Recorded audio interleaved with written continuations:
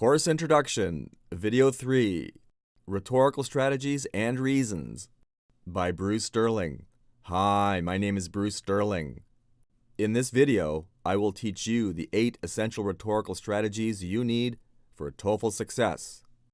They are narration, description, process, illustration, compare and contrast, classification, cause and effect, and definition.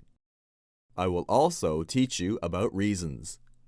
I will teach you how to identify a reason, how to create a reason, and how to apply a reason.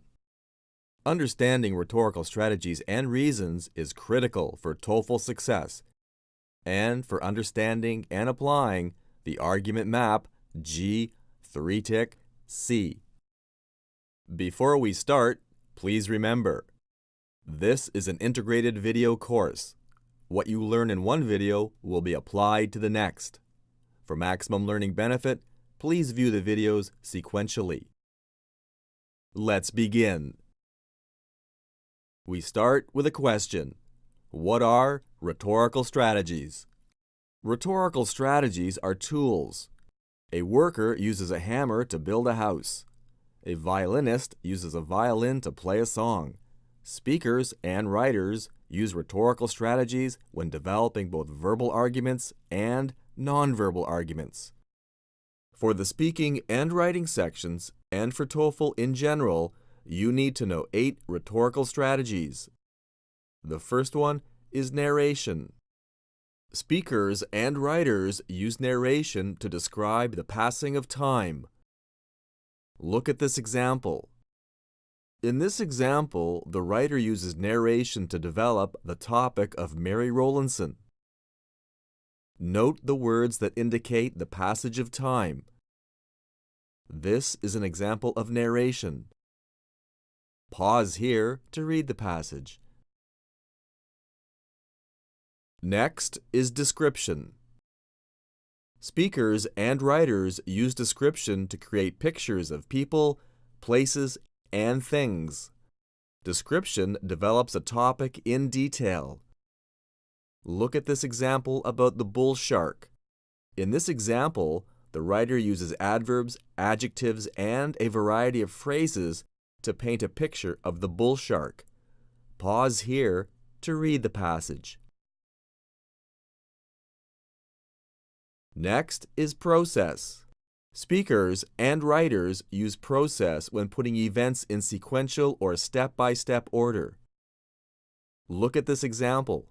Note how the writer, whose name is Smith, is using process to describe how a pin was made, step by step. Note how each step can be numbered. Pause here to read the passage. Next is illustration. Illustration means giving an example to develop a topic in detail. Another word for illustration is evidence. Look at this example. Note how the writer's illustration is his laptop. Note also how the illustration describes in detail how the writer uses his laptop. This detailed description begins with the signal phrase, "for example." Pause here to read the passage. Next is compare and contrast. Speakers and writers use compare and contrast to describe the differences and similarities between objects, people, and ideas. Look at this example. In this example, note how the writer compares the internet bubble of 2000 and the real estate bubble of 2008 to the railroad boom of 1893. Pause here to read the passage. Next is classification. Speakers and writers use classification to divide a subject into subgroups. The subgroups are connected by a classifying principle. The classifying principle is the uniting idea. In this example, the classifying principle is the color of wine. As you can see, wine can be classified by color. Wine can also be classified by country and by price. Look at this example. Note how the main topic is rice. Note also how the writer is classifying rice by grain size.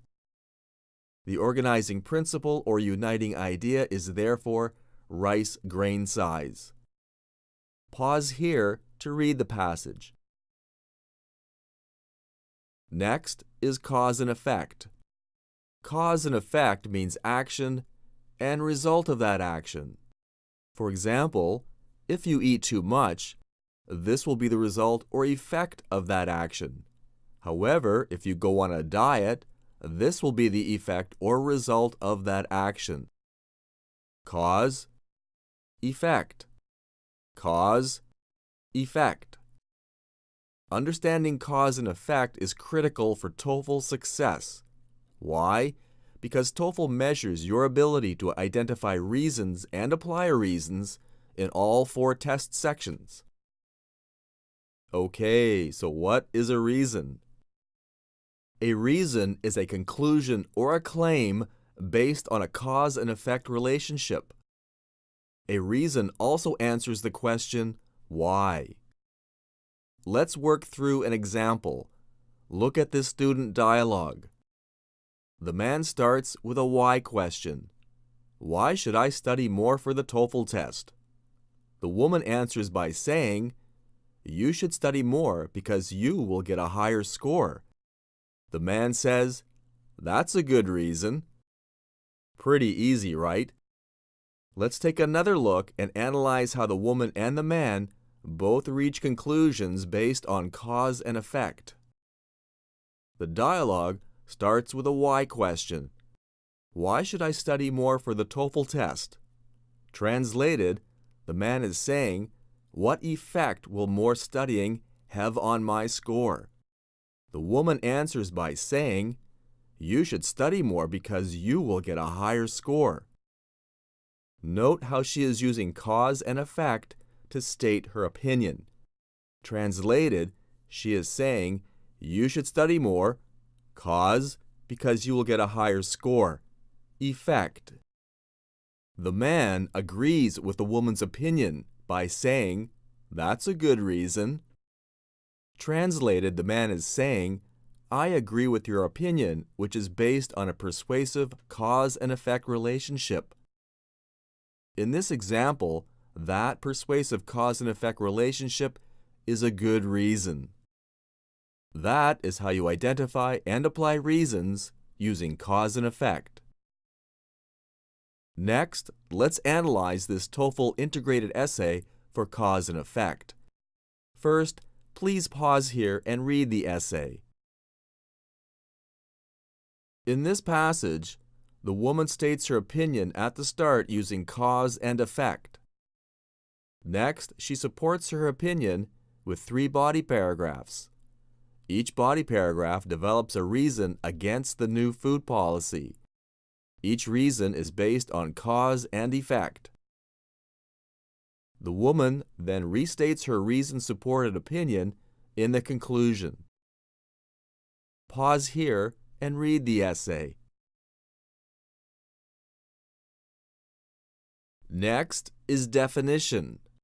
A definition gives meaning by providing a dictionary-style description of a person, place, object, or idea. A definition also answers the question, what?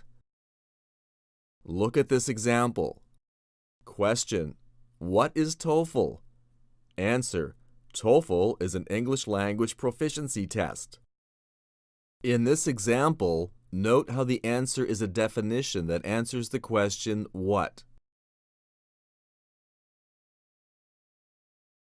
Look at the next example.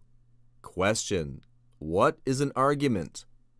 Answer, an argument is an attempt to persuade and/or inform an audience. Note once again how the answer is a definition that answers the question, what? Speakers and writers use definition when introducing a new topic. TOEFL does the same thing. Why? Because TOEFL is a teaching test. TOEFL uses definition to introduce and teach new topics. That definition is predictably in the first sentence of the task in question. As you can see in this example, the definition in the first sentence answers the question, what is crypsis? This is one way TOEFL will teach you and test you about new topics. Pause here to read the passage. Those then are the 8 rhetorical strategies you need to know for TOEFL. You've seen how they work independently. However, rhetorical strategies never work alone. They always work in combination to help speakers and writers create coherent arguments and to help you achieve TOEFL success. Okay, so that's it for Course Introduction, Video 3.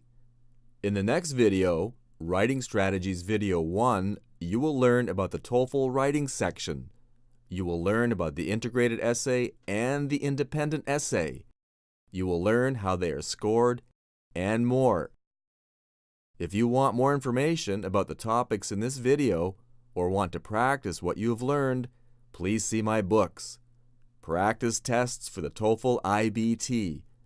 Speaking and writing strategies for the TOEFL IBT. Scoring strategies for the TOEFL IBT, a complete guide. If you have any questions, please contact me, Bruce Sterling, TOEFL Pro at facebook.com. Thanks for watching.